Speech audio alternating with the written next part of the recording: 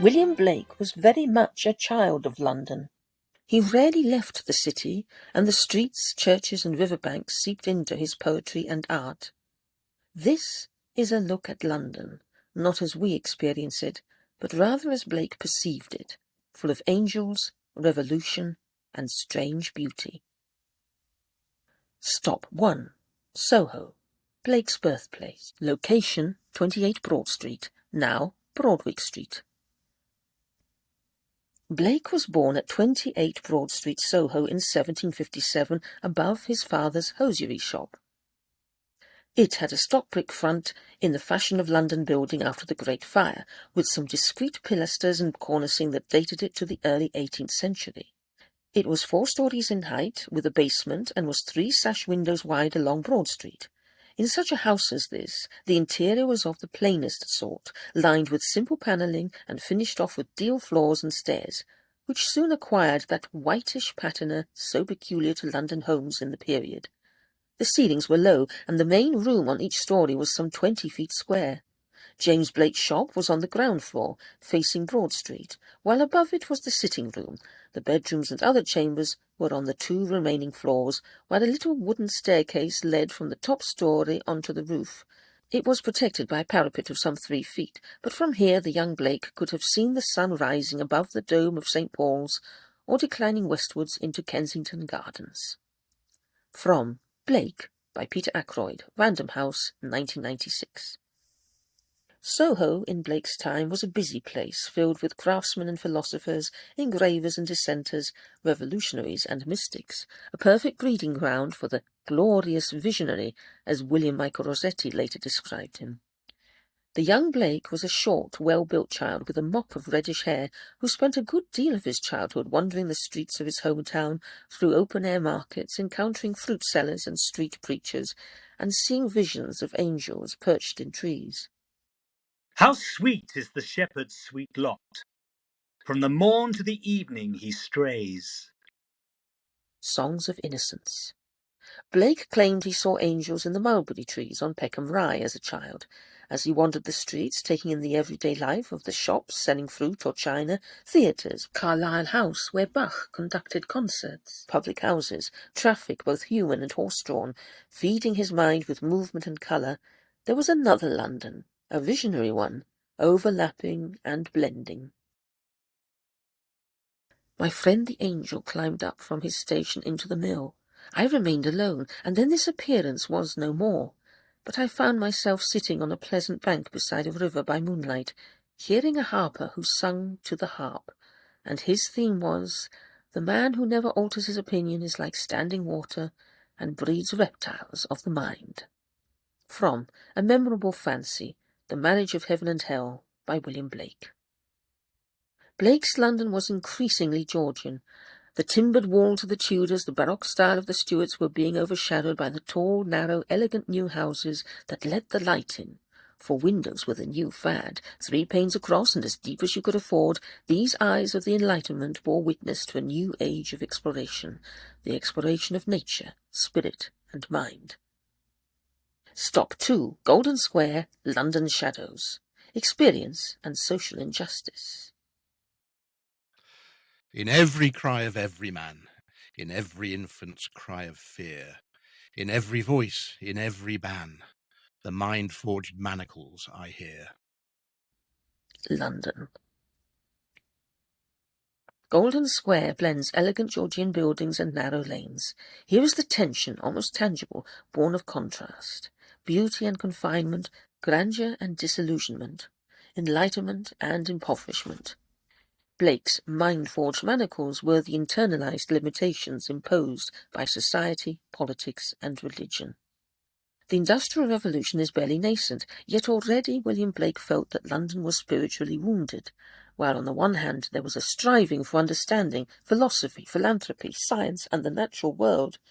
There were also gin shops, gambling dens, lunatic asylums, prostitution, and paupery. The extremes of wealth and poverty were before him every day.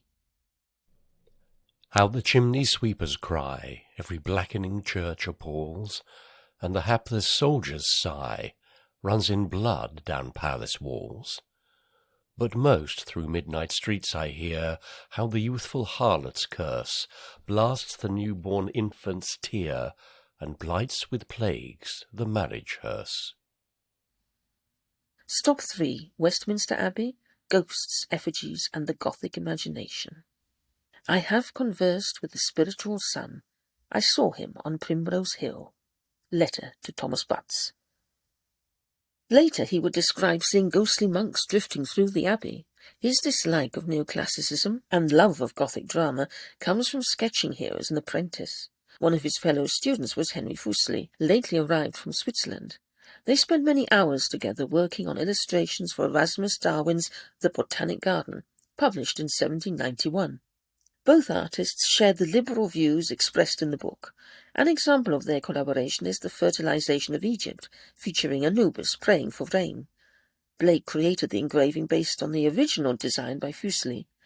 As to who influenced whom, opinions remain divided, but as is often the case, it is entirely possible that the two artists influenced each other in equal degrees. What does remain is a poem written in tribute to Fuseli by Blake. The only man that I ever knew who did not make me almost spew was Fuseli. He was both Turk and Jew, and so, dear Christian friends, how do you do? Blake's art during this period moved away from symmetry and reason to embrace the wild, the visionary, and the divine. Stop 4. Lambeth, the House of Visions. If the doors of perception were cleansed, everything would appear to man as it is, infinite. Blake wrote The Marriage of Heaven and Hell in Lambeth, his home during his most explosive creative period. Here too were composed visions of the daughters of Albion and large parts of songs of experience. This is where he claimed to see angels among the trees and devils in flaming chariots rolling across the sky. From 1790 to 1800, Blake lived in Hercules Road, then a semi-rural area of fields, gardens and lanes. The house is gone, but the spirit of his Lambeth visions still hovers over the street, where mosaics inspired by his artworks now adorn the walls. Lambeth thus becomes the symbolic midpoint of our walk, the place where Blake's private visions fully ignite into cosmic myth-making.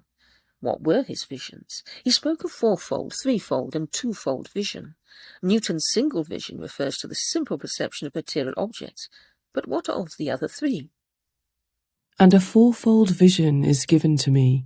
'Tis fourfold in my supreme delight, and threefold in soft Beulah's night, and twofold always may God us keep from single vision and Newton's sleep. According to Kerrison Preston, there is a connection between the 4 qualities of Blake's Zoas and the 4 types of vision: material, emotional, sensation, and prophetic imagination. Single vision belongs to Urizen, who sees primarily the material form. Luva adds the emotions of the heart, giving an added meaning to form, which is the double vision of the artist. Tharmas contributes the universality of the senses, which Blake calls Beulah and the threefold vision. All this is raised to fourfold vision by Urthona, the prophetic imagination transporting the beholder beyond Beulah. Garrison Preston, from William Blake, The Politics of Vision by Mark Shorter. I see London, blind and age-bent, begging through the streets of Babylon, led by a child. His tears run down his beard. The corner of Broad Street weeps, Poland Street languishes. To Great Queen Street and Lincoln's Inn, all is distress and woe. Stop 5. The Thames, the spiritual threshold of London. The Portal. And I saw the river of life flow from the fires of the sun. The 4 Zoas. The Thames is a very present element in Blake's work. Rather, it is a presence, sometimes polluted and chartered, sometimes a divine boundary between the earthly and the eternal. The river flows through his poetry as a liminal, shimmering threshold. Why should I care for the men of Thames, or the cheating waves of chartered streams, or shrink at the little blasts of fear that the hireling blows into my ear. Though born on the cheating banks of Thames, though his waters bathed my infant limbs, the Ohio shall wash his stains from me. I was born a slave, but I go to be free. Stop 6. Tate Britain, where Blake's visions are kept. Blake's myth world through art. Art is the tree of life. Annotations to Reynolds. Tate Britain houses the largest collection of Blake's works, illuminated manuscripts, engravings, and bold visionary canvases. Standing before the Ancient of Days, or Newton, you sense the force of his line, the tension in every gesture, the luminous colours that still burn across the centuries.